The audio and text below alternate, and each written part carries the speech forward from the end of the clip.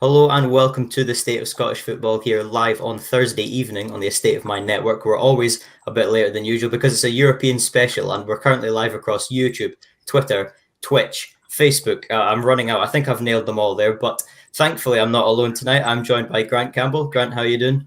I'm really good, Stu, and it's nice to see you. Hope you're well, and I'm well too. I'm absolutely fine, mate. Cheers. And we're also joined by David Smith. David, how are you doing? Evening, Stu. Hope you're well. Evening, Grant, as well. Well, it was not the best of nights for Scottish teams in Europe, to say the least. It was two defeats. We'll start with the green side of Glasgow tonight. Celtic lost 4-3 to Real Betis in Sevilla, and it was a pretty good game, to be honest, from a neutral point of view. It had a little bit of everything, to be honest. Celtic took a 2-0 lead, and for the opening 30 minutes, I thought they were fantastic. I thought Betis as well sort of were a bit underwhelming, but to be honest, I thought it was very interesting. But before the game even kicked off, Grant, what did you think of Celtic's team? Because straight away you could see it was weak. And even when looking at the bench, there was no real options you could say if Celtic were behind, somebody can come on and make a difference. It was a really weak team compared to what we know Celtic can field. Yeah, it absolutely was. I mean, no Abada was the one thing, obviously, for religious reasons. There was a few other guys, crucial players missing for Celtic tonight. No McGregor, no Giacomakis at the top end of the pitch. Real lack of identity in terms of what Celtic were looking to try and do in the team tonight. I didn't know if they were trying to play five at the back sometimes, the way they were going to set the team up. Sorrow obviously coming in, I know, raised quite a lot of question marks with Celtic supporters. Ayeti, the only recognised striker, starting up front. And I think the only experienced player that was in amongst the substitutes was James McCarthy. And arguably, I'm sure we'll come on to this, I think he came on far too late. And, it was a really interesting setup by Ange. I think maybe forced because of the omissions from the team, because of other situations such as injuries and things like that. But it goes to show you, if you take 3 or 4 players out of this Celtic team, my oh my, they look a really skeletal team and don't look that great on paper and on the players as well. It was definitely, it just looked such a different team to what we've seen. And it was very interesting to see how many of those players in that starting 11 had come in over the summer and recently under Postecoglou. David, what did you make of Celtic's start to this game? Because coming into it, obviously the away team, even the temperature was playing a massive part in this one, in my opinion. Obviously, the home team, Real Betis. Quite interesting that both teams were in away kits, obviously, with the green and white clashes. Something interesting to this game. But what did you make of the way Celtic started the game? Because I thought they were absolutely excellent, to be honest. The tempo that they played with was really good. Yeah, I would agree. I mean, it was a great start from a Celtic point of view. Going 2-0 up away to Real Betis is no bad result, and it was a great start from a Celtic point of view. And the fact that they had so much players out this evening, but still went 2 up, just spoke volumes of how strong they can be. But in my honest opinion, Stu, did they maybe go 2-0 up too quickly? That's the question I would be asking at this precise moment in time, because as much as Celtic started the game very well, there was also the other dilemma, just in the case of Real Betis came into the game as soon as Celtic went 2-0 up and got their goals soon after. And you take into consideration the 4 goals that Real Betis scored this evening. The first and second goals were scored within 2 minutes. I've actually got it precisely 156 seconds for the first and second goals, and it was 143 for the third and fourth. And that for me, Stu, just dictates that the game was settled in a 3-minute period, 6-minute period combined, but 3-minute period just in terms of the two sectors in terms of the first and second and the third and fourth goals, which is a worrying factor from a Celtic point of view.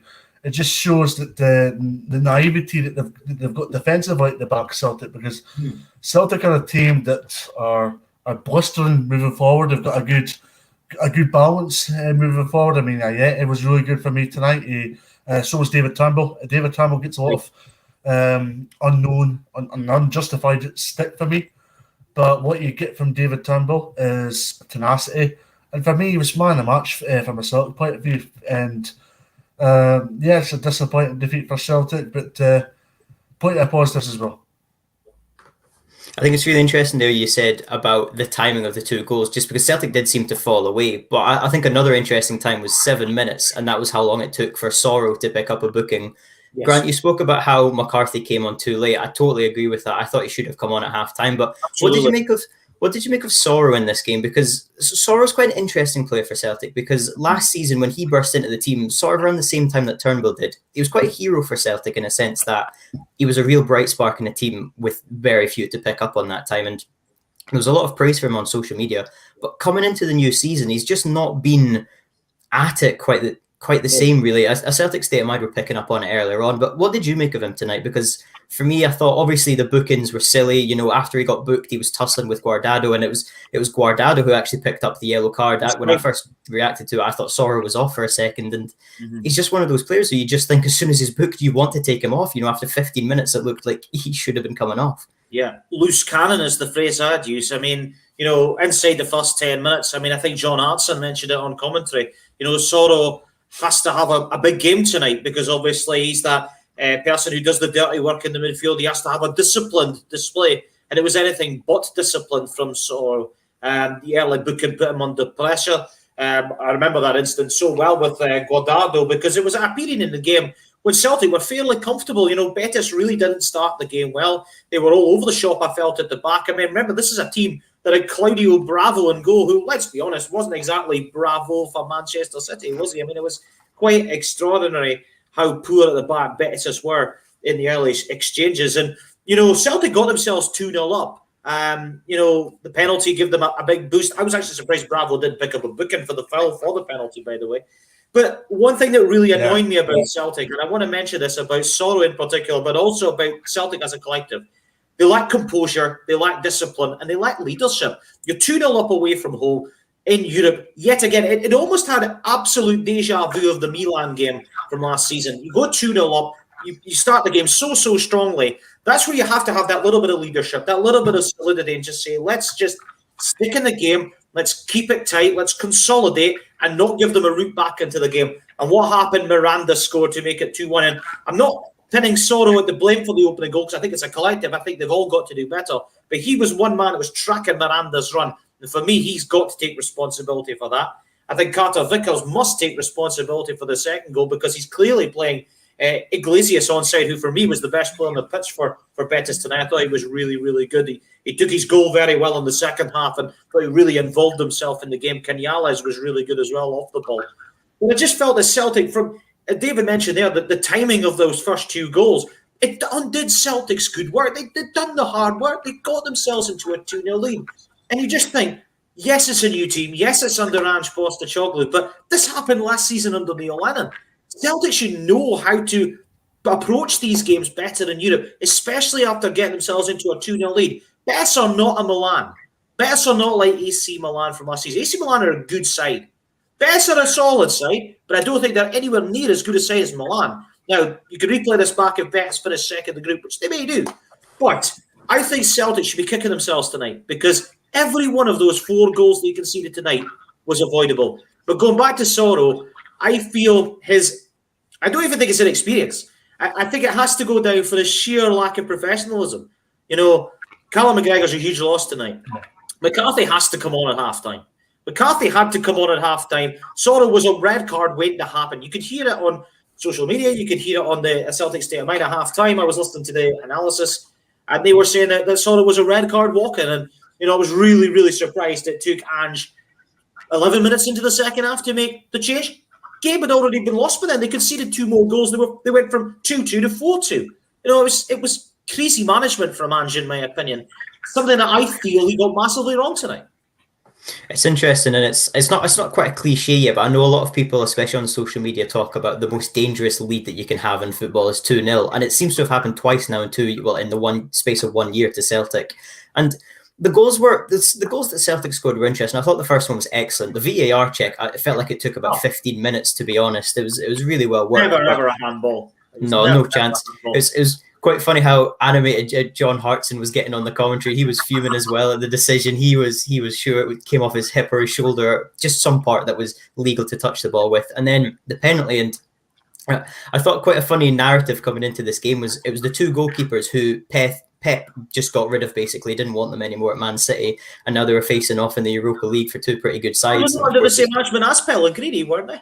Yeah, exactly. And Ayeti was also signed by Pellegrini at West Ham. There was quite a lot going on in this game behind the scenes, but that Bravo challenge was ridiculous. I agree. I think it was quite fortunate to get away without any kind of booking for that challenge. A really nice penalty from Juranovic. I was quite surprised as well that he stood up to take it. I've been really impressed with Juranovic's start to his Celtic career. And at that point, 30 minutes in, Celtic 2-0 up. It's looking great. They conceded the first one. I think the first one was a really good team goal from Betis, but then the second one, as you say. But I think, as I mentioned, Soro's got to track the running better. Yeah. And Stilian Petrol made a really good point at halftime. All comes down to one thing: concentration. Yeah. You're 2-0 up away from home. Yeah. You've got to be concentrated. You've got to be disciplined. You've got to know who to pick up. You've got to stand by your men. You've got to dig in as a team. You've got to work together as a collective. Celtic lost that. I don't know what it was, whether it was individuals, whether it was a mix of things, but something was lost in a crazy 5-minute spell in the first half, and it happened right at the start of the second half. Now, these two things may be parallel, they may be completely by coincidence. I don't think it is. I think it's something to do with concentration, and it's something to do with not paying attention. And I'm not signaling out Soro, far from it. I think there's other players that have to pick up responsibility, but he has to be at full, certainly for the first goal. It was quite interesting because Celtic just didn't seem to be pressing and closing down enough, and I think that was a theme throughout this game. But David, we've seen quite a few times how Celtic have thrown away leads and just sort of capitulated, and it was the same last season towards this one. And the defence has changed a lot. You know, we've seen a variety of different players played in the back four and down in that sort of holding midfield role. Is this something that Postecoglou has to get right before you can think going for major silverware? Because obviously Celtic's attack is absolutely fantastic. You know, they're scoring for fun in the Premiership. They've got the best goal difference. But is it that defence that they need to work on? It's the classic saying of, you know, an attack will win you games, but it's the defence and your concentration that will win you the titles. I mentioned naivety earlier in the show, and there was definitely naivety about Celtic's defence tonight. And guys, I'm going to throw a curveball here to you, right? And I'm going to be brutally honest about Ange Postecoglou. Not that he's at fault as such by any stretch of imagination, but I'm going to throw a curveball out there. When Celtic have played Hearts, Rangers, and tonight against Real Betis, his game management has left a lot to be desired. And what I mean by that is when he's been in them games, when he's been involved in them games concerned, he's had a lot of situations where he's not really changed at the right times. I mean, tonight was maybe a foregone conclusion, just on the basis that he couldn't really change players because any players he was changing was either players that we've been coming in an environment that for the very first time in their professional careers, because I mean he had a very young bench tonight because of the players in Jeremy Furuhashi and McGregor's Grant pointed out was major misses for Celtic this evening. Also, the thing for me is there's a lack of game management as far as I'm concerned, and somebody actually pointed that out when they were on at halftime with the Celtic state of mind that they felt there was a lack of game management, and you're seeing that with the Celtic backline. Celtic have normally been renowned over the years of a scenario where they've got organised defences, but you're finding ever since Postecoglou's took over that you're finding a lot of holes in the Celtic backline. I mean, Starfelt, he's had criticism. Absolutely. And you're finding with Starfelt that he's getting a lot of justifiable criticism. I mean, a lot of people are going saying, give him time. But it's Celtic Football Club we're on about here.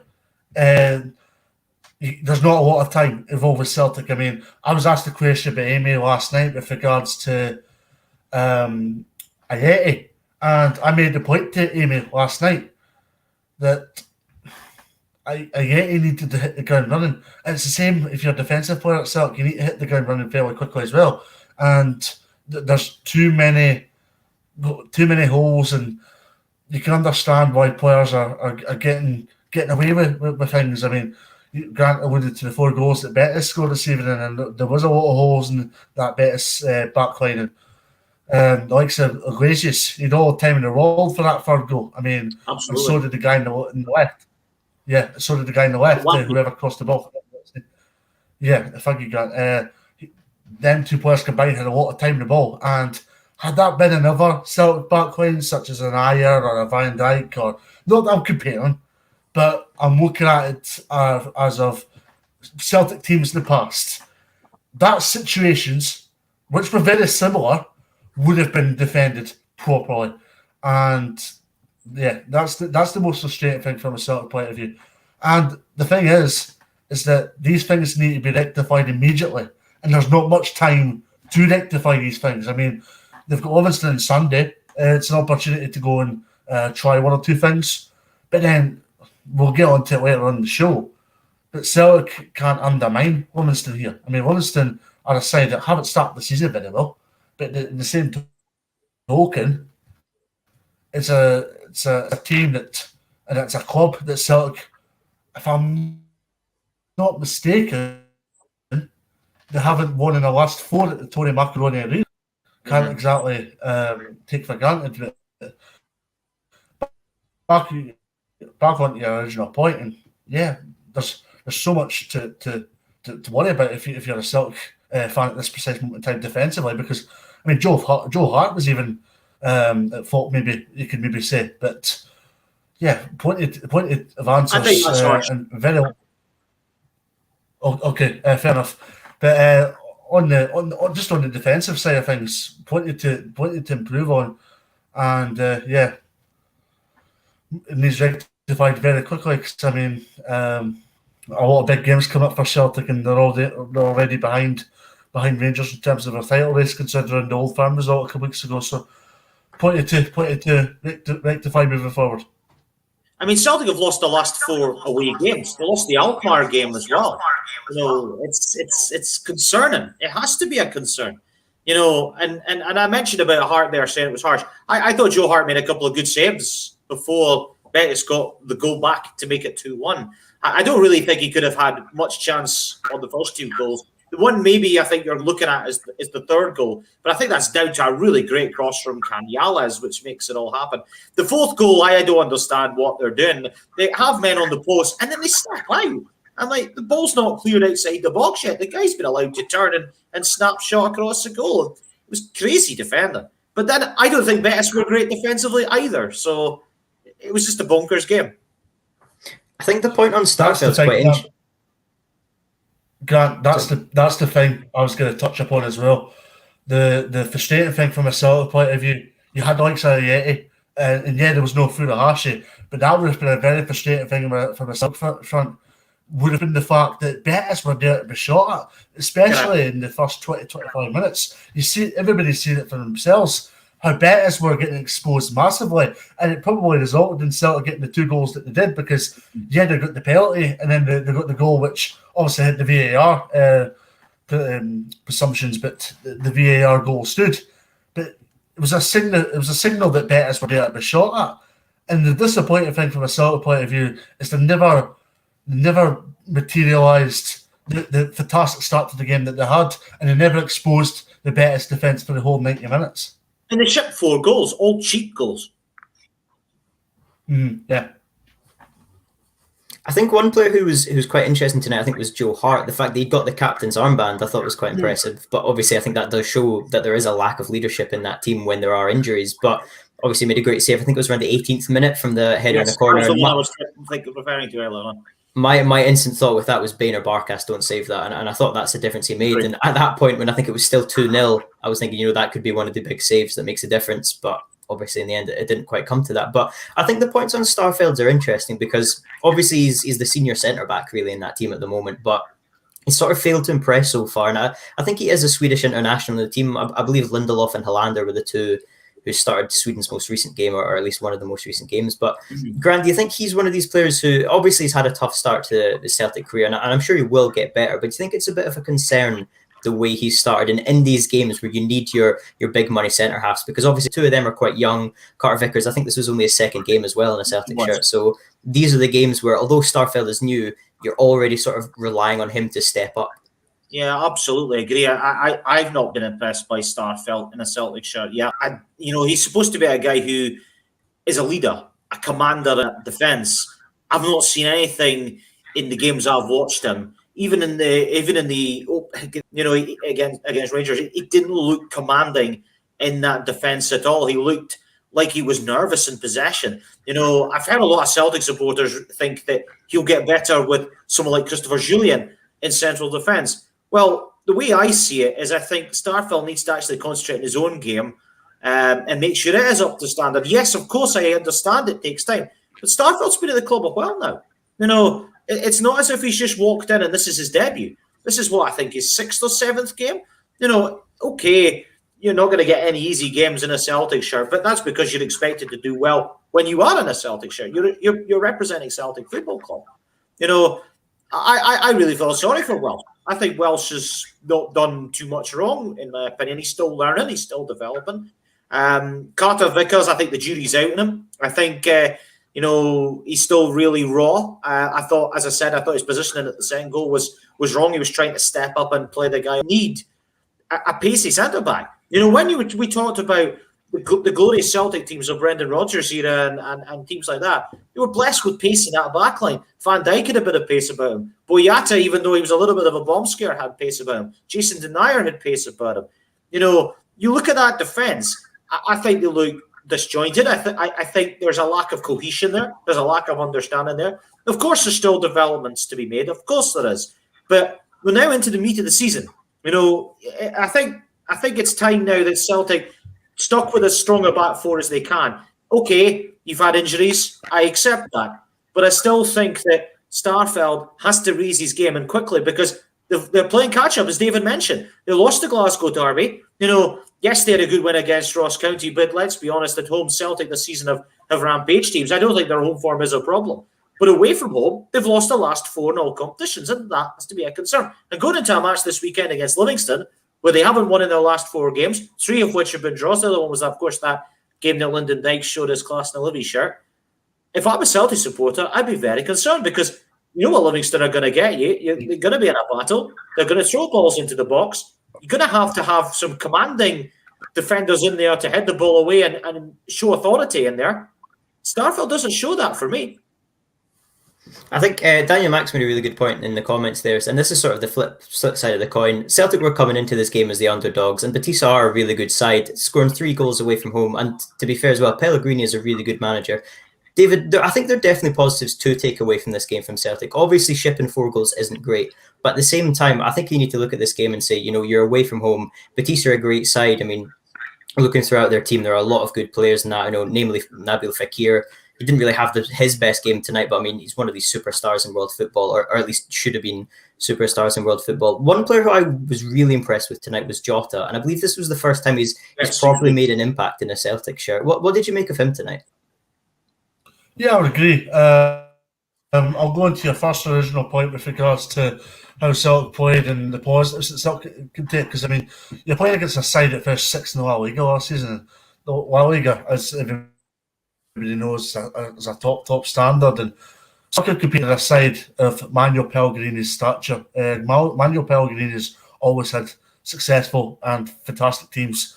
I mean, bravo. He's not exactly been the biggest goalkeepers from a Real Betis point of view, as Grant touched upon there, but what Real Betis do have is they have a quality of abundance, and they've got Joaquin, who's still going at 40 years old, which tells you, speaks volumes about the quality of player that he is.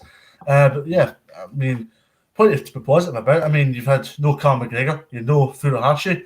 As I alluded to at the top of the show, I thought David Turnbull was fantastic this evening. He played his part in all 3 goals for Celtic. Ayeti got his brace, and Ayeti's coming up a game a bit for Celtic, and you noticed before his injury, Ayeti's injury, that he started scoring goals and had a blip, and it would have been frustrating from Ayeti's point of view. But Ayeti has started to hit the ground running again, and the Furuhashi, unfortunately missing, it's probably come at the right time for Ayeti, just in the essence of he got his campaign, he got his tenure, or broke his duck, so to speak, again against Ross County at the weekend. Obviously, a couple of poachers' goals in there, but then he did very well tonight to get the brace, and that's a big positive from his point of view. He'll get confidence from that, because, I mean, as a Celtic striker, you need to be scoring goals, and Celtic strikers will remember you for scoring goals. I mean, that's why I like Larsson and Hartson and Sutton are remembered for scoring goals. Furuhashi will get remembered for scoring goals. And yeah, we need to be more improved. Celtic need to be more improved at the back. But it's going to take time. And for me, Carter Vickers has been thrown at the deep end. He's 2 games in, and he's been thrown at the deep end because of injuries and various other things. And for me, Celtic need an influence, a commanding influence at the back, because they don't have that at this precise moment in time, and that's it's an Achilles heel for Celtic, just because they could do all the fantastic work that they do going forward, and they are a fantastic team going forward, and they're probably the best in the Premiership with regards to their forward line. But at the back, they leave a lot to be desired, just because they don't have that commanding figure. I mean, Celtic sides, especially over the last 10, 20 years in particular, have been very successful just because they've had that commanding figure at the back. I can think many, Stan Varga, Van Dijk, Ayer, many others.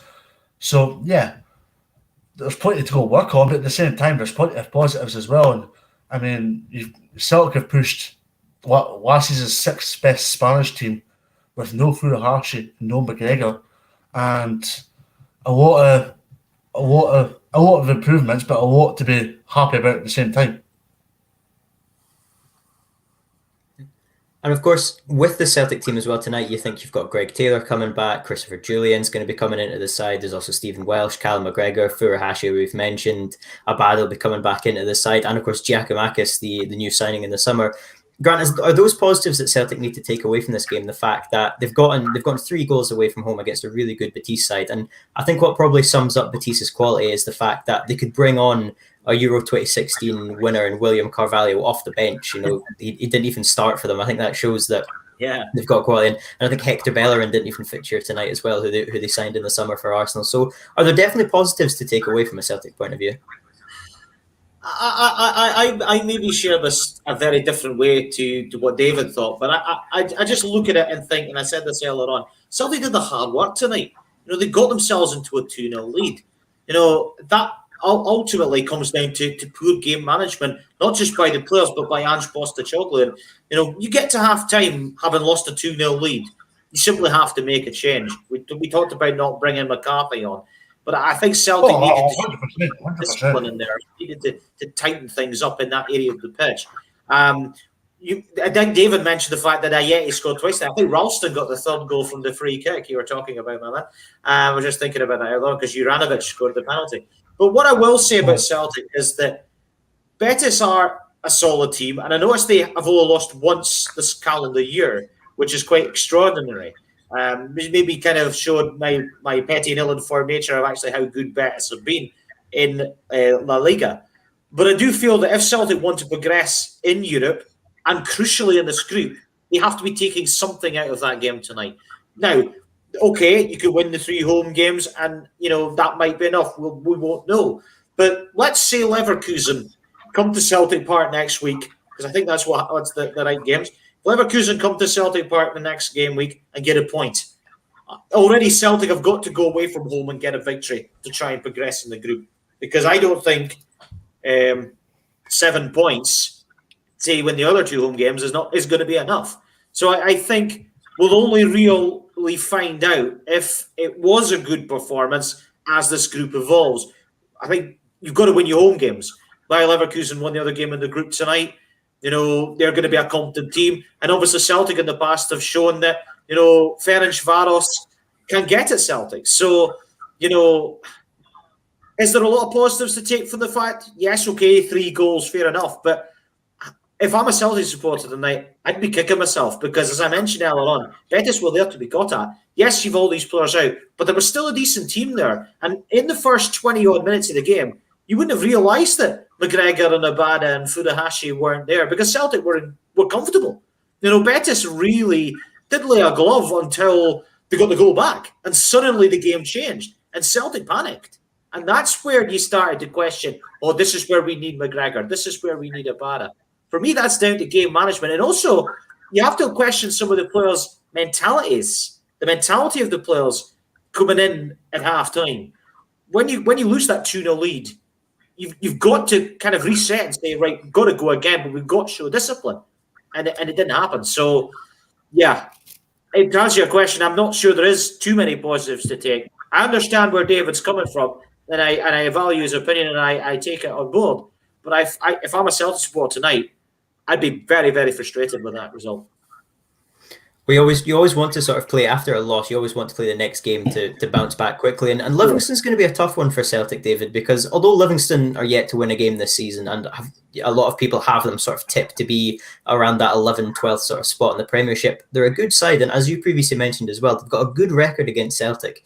Do you think this is the perfect game for Celtic to bounce back? Is perhaps the wrong term that I'm using here, because it's not exactly a disastrous night tonight, but it's a difficult opposition in Livingston. Is this the right opportunity for Postecoglou to say, right, we didn't win in midweek, but we showed we were good. Let's show even more of that talent up front and beat Livingston, a team who we've struggled to beat in recent seasons?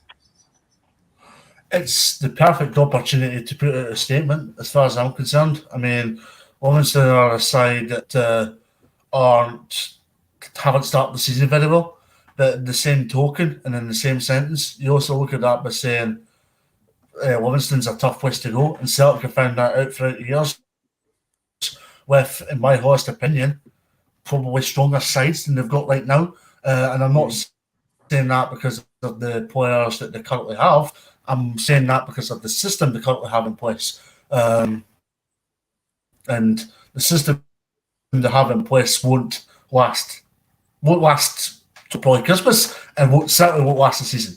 And I'm going to go back on to Grant's point briefly.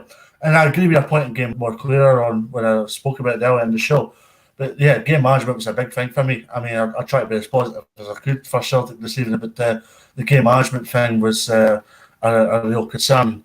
And that's what I'm saying. Whenever an opposition team goes and scores against Celtics, i.e. your Alkmaars, your Hearts, your Betis, and your Rangers, Celtic always seem to struggle to get back into the game. And I wholeheartedly agree with what you're saying. I was just trying to be very, very nice and very I value what you were saying.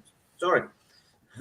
But back on the original point with regards to Livingston and Sunday, it's not going to be an easy game by any stretch of imagination, because, I mean, Livingston have used an international break to shut up shop at their back a little bit. I mean, that was a really good clean sheet for Livingston against Dundee and Saturday, sorry. And you take into consideration that Dundee didn't have the likes of McMillan and Cummings on Saturday, but still, it's a very good clean sheet, because, I mean, Livingston haven't been doing a lot wrong. I mean, when you take everything into consideration, they beat the Rangers in opening day of the season, but that was a really good Rangers side. That was probably their best performance of the season so far.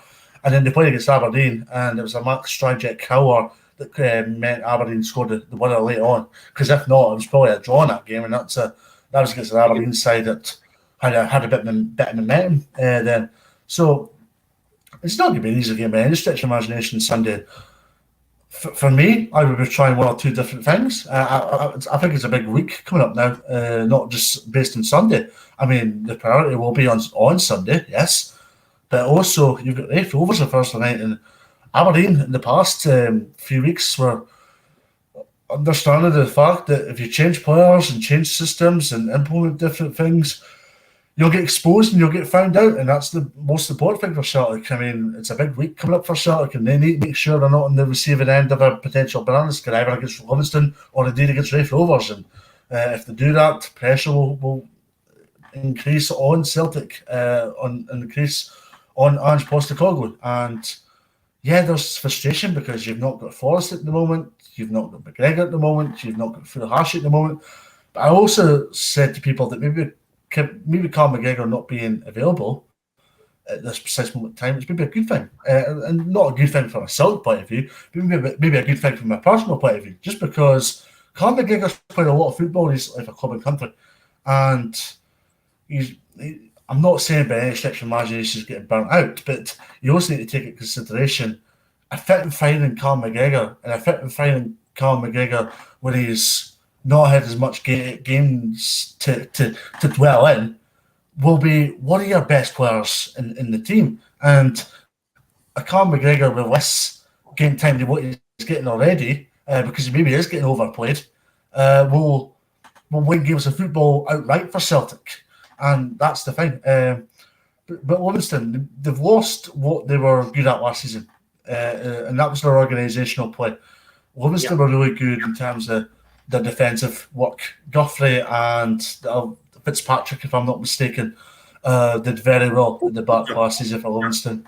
They provided an excellent organisation about themselves. Josh Millen, for me, was outstanding. And me being an Aberdeen fan, I wanted him to go to Aberdeen because I noticed firsthand how good he was for Livingston. And when I found out he's going to go to Hampton, it left me a bit bizarre, to be honest. But then Livingston are a different side. They've taken the likes of Shinnie, Oboi. I noticed Oboi's got the most amount of interceptions. So it just shows what he's done since arriving at the club. And also they've got Marvin Bartley involved as assistant manager alongside his playing duties at the club.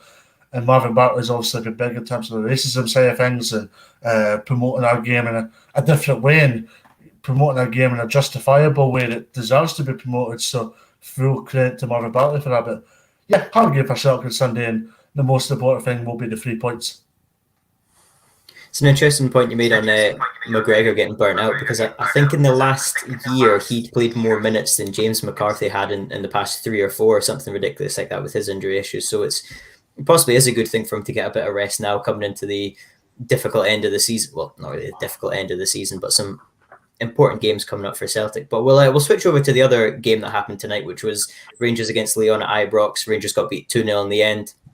I think a lot of people expected Rangers to lose this game coming into it, just on the basis of Lyon with the top seed in the group rather, and they've got a pretty good team, 3 Champions League winners in there, and just looking at the teams on paper, were Lyon the overwhelming favourites for this? Because you look at the names of Jerome Boateng, the likes of Emerson, who's just gone and won the Euros with Italy, the likes of Toko Ekambi, who scored a fantastic goal tonight, Aouar, Shaqiri coming off the bench. They've got a lot of quality in that team, to the point where, although Rangers are in decent form at the moment, they haven't been as good as they were last season, but they've come off the back of 2 victories in the Premiership. Were Lyon still the overwhelming favourites for this, despite being the away side?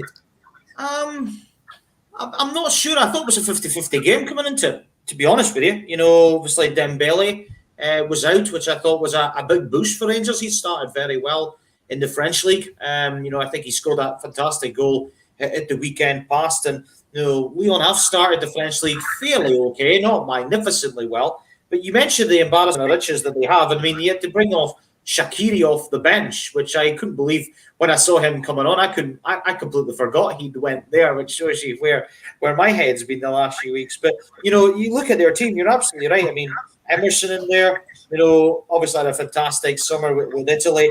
Boateng, we know what he's very much capable of. But the player who really shone for me tonight was Slimani at the top end of the pitch, because let's not forget, this was a guy who Claudio Ranieri signed when he was manager of Leicester City, and it didn't quite work out for him at Leicester. I really felt for him. So I thought there was a lot of potential in the Algerian, but tonight I thought he showed Rangers a clean pair of heels, and he was in the right place at the right time. Although it was credited as a Tavernier own goal, it was him that was putting the shot on target. But Guimaraes was outstanding. I thought Rangers were really disjointed tonight. I have to say that. You're the home team. It's a big opportunity to go and showcase what you could do. I know Lyon are a good side. They are a Champions League side, in my opinion. For me, they're in a competition below where they should be. But Rangers have shown at home in Europe in the past that they're capable of beating good teams like Lyon. They beat Galatasaray in the past. They beat Braga from 2-0 down in the past. They've taken points off Benfica off last season.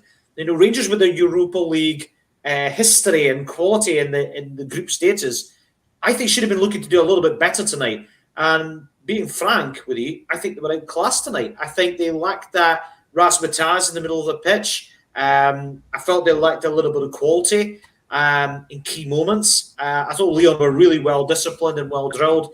They showed that nous that Rangers didn't have tonight. The first goal, by the way, is a fantastic strike. A really, really good strike from Ekambi, who I thought was really, really good tonight. But, you have to also question as well Rangers in terms of they only had 2 shots on target in the game. One of them was one that I think from Lundstrom in the first half, which drew a good save from the goalkeeper. But I just felt that Rangers were about a half yard off it tonight. There was not that quality that we're used to seeing. It was almost very similar to the St Johnstone game until St Johnstone scored. When St Johnstone scored, Rangers started to come out of it and started to play a lot better and managed to wrestle the game away from St Johnstone. Tonight, they never got a chance to, because Lyon, in their own, well, not on their own minds, but in terms of discipline, in terms of tactics, in terms of actual application, just controlled the game and thoroughly deserved their win. It wasn't a great night for Rangers. And to be honest, I don't think it's been a terrific start to the season. I know they won the game against Celtic, which is obviously a huge game. Of course, they're top of the table, which is great for them. But we want to see them kick on now. You know, it didn't happen for guys like Ryan Kent tonight.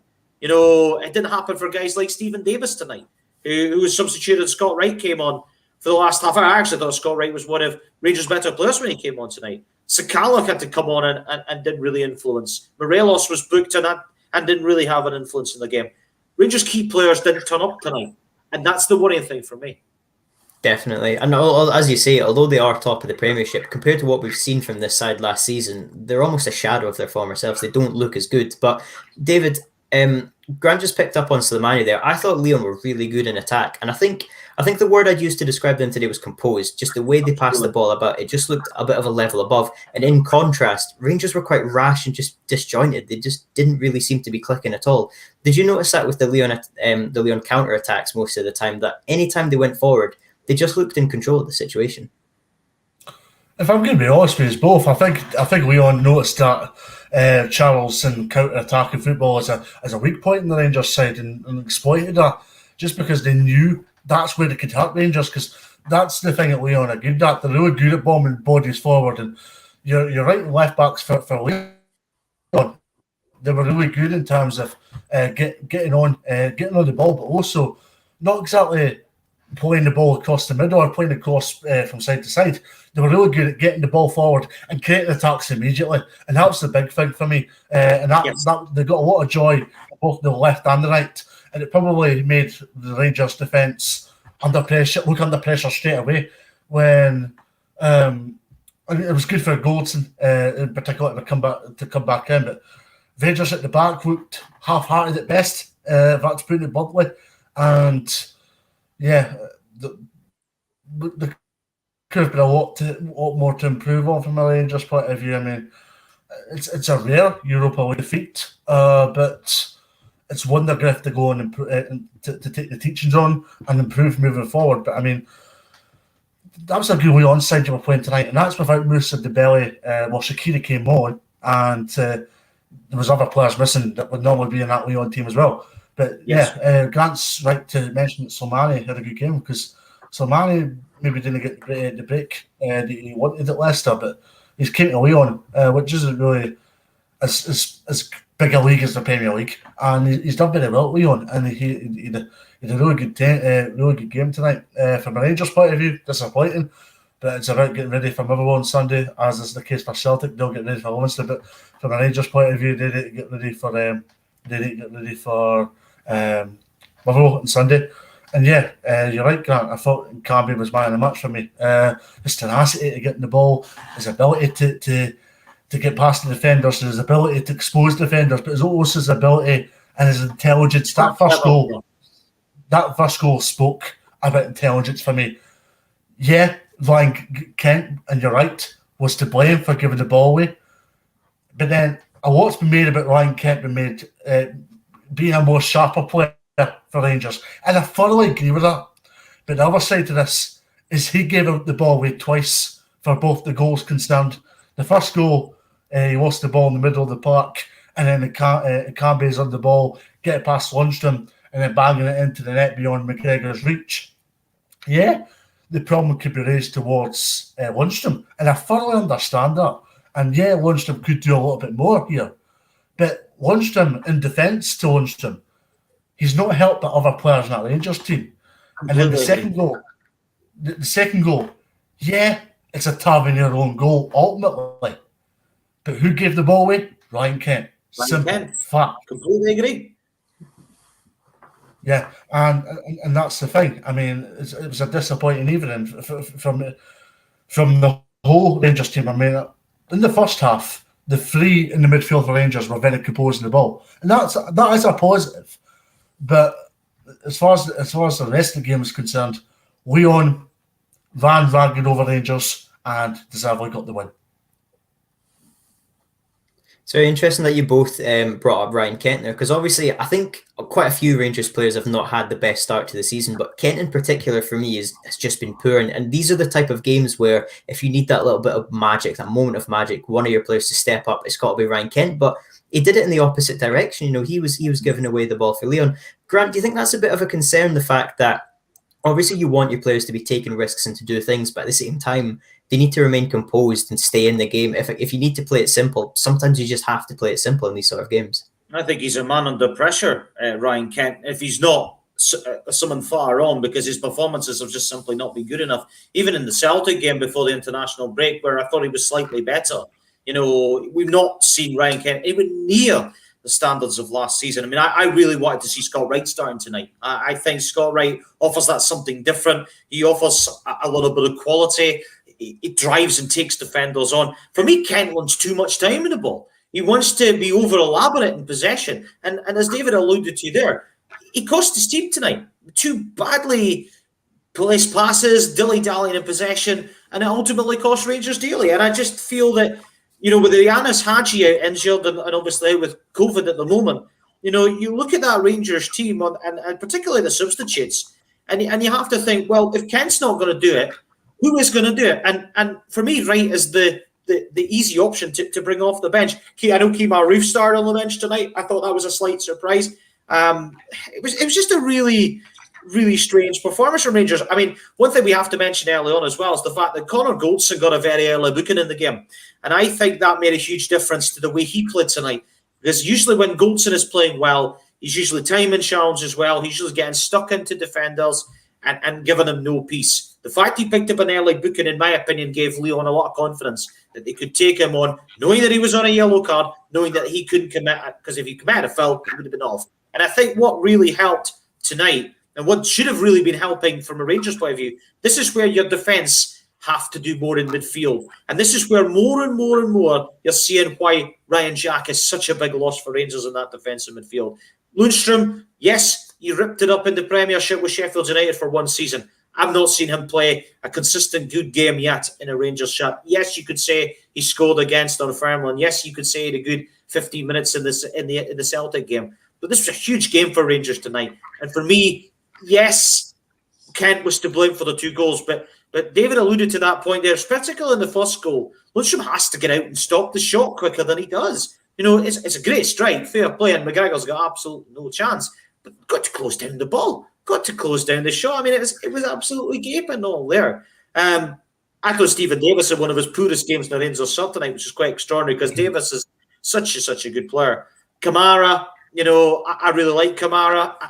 I think sometimes that midfield three of Rangers tonight, obviously Lundstrom, Davis, Kamara it started with. Sometimes it could get a little bit samey. I think there has to be something a little bit different there.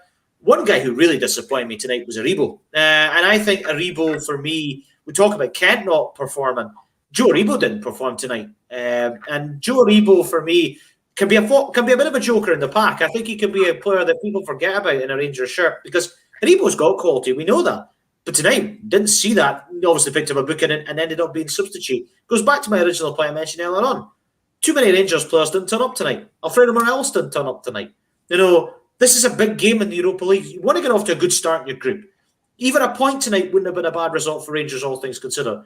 But the word I would use to describe that Rangers performance tonight is one word: meek. And I think it was a meek performance from them.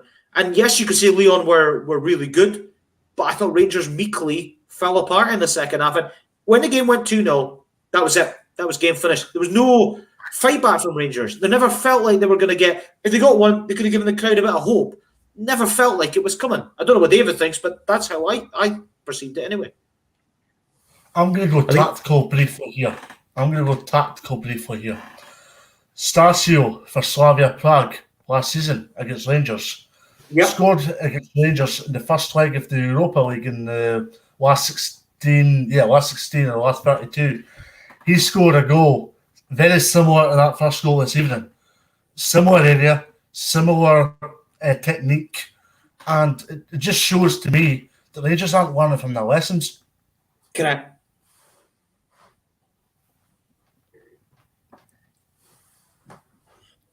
One of the things I think was interesting about this game as well is you spoke at how Connor Goldson picked up the booking, and obviously from then on, you can go at him really. You know he's not going to be there.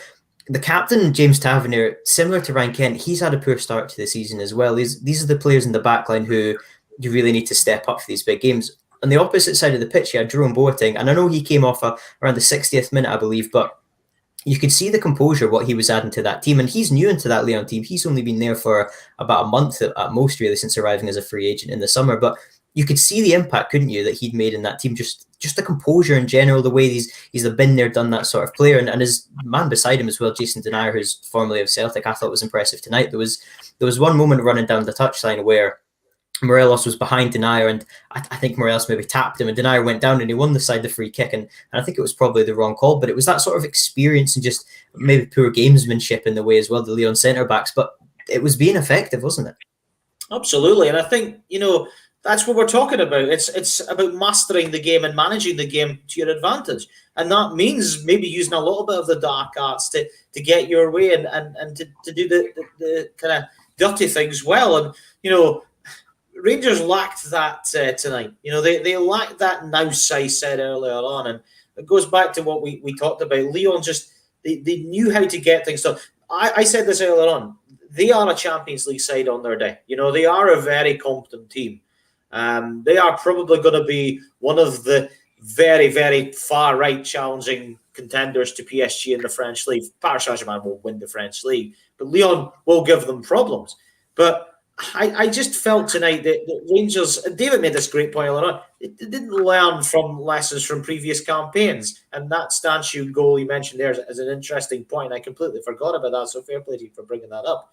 But even the second leg of that game, when they went a goal down, you never really felt they were going to get back into the game. And I felt when Rangers did go 2-0 down tonight, one thing that frustrated me as a Scottish football fan is Rangers' lack of discipline. And, we're committing stupid challenges. I think Aribo lost control of the ball. Then he fouled the guy. Then he picked up his booking. And I think Morelos picked up a needless booking. And this is, it's good management, obviously, from Lyon because, they're trying to see the game out on the opposite side. But from Rangers' point of view, you're trying to get back into the game. Keep it simple. Try and get the ball in the box. Try and create something. As I said, to only have 2 shots in target in the entire 90 minutes at home, nowhere near good enough. Not at all. And Fashion Sakala came on, and to me, he was a bit of a bright spark, and he was trying things, and Scott Wright came on as well, and I thought he was one of the better looking players in that game. And I think those are two who should definitely be giving Gerrard some food for thought and thinking, yeah, okay, I should possibly be giving these guys a chance, because as you mentioned, Kent and Aribo, they've just not been at it, this game in particular, but throughout the rest of the season. David, are there any positives from this game? Because it's been quite difficult to identify any from a Rangers point of view. Obviously, they're coming up against Motherwell at the weekend too. I've been really good this season. I've been very impressed with Motherwell. So do you think there's positives to build on from Rangers? Similar to what I was saying against Celtic, although they've lost, is there positives you can take going into this weekend? Or I almost feel in a way, the Rangers result is far worse than the Celtic one, just in the fact that nobody really impressed me from a Rangers point of view, whereas in the Celtic game there was a couple of players who I did think were looking good, but this defeat tonight to Rangers, I'm probably missing somebody, but there wasn't anyone who stood out to me at all tonight. I'm going to discount Dr. Grant Campbell briefly here, just by saying at least it was Gerrard's 50th European game this evening, so that's maybe one positive, but yeah, you're absolutely right, Stuart. There was very little positives this evening from Rangers front, and yeah, it's a very frustrating evening as far as Rangers are concerned, because Rangers have been looking at this just in the essence of trying to get a positive result, but understand as well the quality that Lyon have. This wasn't an impossible task by any stretch of imagination, and Rangers surely had a bit of belief and confidence prior to this game going, we can go and get a result here. But a very disappointing evening as far as Rangers were concerned. And the damage was done as soon as Lyon scored the first goal, in my honest opinion, just because the game started off fairly tepid. There was very little to go and speak about. As I alluded to, Rangers were quite composed in the middle of the park, but Grant was right to raise the fact that Davis was poor and Aribo was poor. The only positive thing from a midfield front was the fact they were a little bit composed in the ball and maybe worked in channels and triangles in the way they're accustomed to. but apart from that, there was very little to be positive about on the Rangers front, and yeah, Morel's looked anonymous. Kent, well, I've already gave you a book about Kent, so yeah, disappointing all round. Yeah, defensively it wasn't exactly ideal either, and yeah, just a frustrating evening overall from a Rangers point of view. It's interesting the players who we've picked up on. Obviously, Stephen Davis, who's been so consistent, one of the players of the season last year, despite being 35 years of age. James Tavernier, another one. Connor Goldson. Those three in particular are some of your senior players and the ones who need to step up. And all three of them were poor tonight. And Grant, do you think that just sort of set the tone for this evening? The fact that if those three weren't playing well, nobody was really stepping up in that team tonight. Oh, absolutely. It was not a good performance from any of those three. Balogun didn't play particularly well either. I thought he really struggled to deal with Slimani's physicality. Struggling to really put a positive on one Rangers player. I think Tavernier hit the post with a free kick, didn't he? I think that was the only really decent effort that Rangers had in the second half. But the one thing I will say is that, you have to worry for both Motherwell and Livingston this weekend, because Rangers and Celtic will demand a reaction based on their results tonight. We've spoken in depth on both those sides tonight. Both have been well-being, both will be hurting. A wounded animal is often at its most dangerous, and I really worry for both Motherwell and Livy this weekend off the back of those results tonight, because make no mistake about it, they'll be hurting, Rangers and Celtic, and they'll both want to hit back in style this weekend.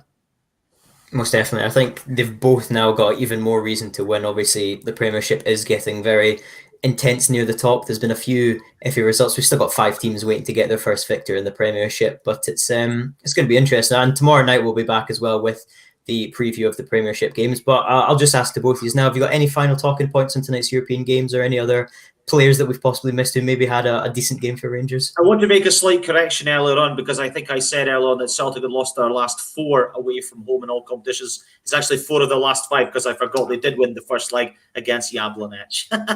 Oh, yeah. God, how long ago does that seem? That seems... I know. It's crazy, eh? And of course, they lost to Midtjylland as well, so it's actually 5 of the last 6. I mean, if you assess the whole evening as a whole, it's a very disappointing one. But it's important that the panic button doesn't get pressed here, because it's only day one. But I mean, with regards to everything else, there's plenty to improve on with regards to Celtic Rangers in European terms. I mean, Grant is right to suggest that Motherwell Livingston should be worried ahead of Sunday. But also, if I'm Graham Alexander, Davy Martin, I'm looking at Sunday and going, here's a possibility here.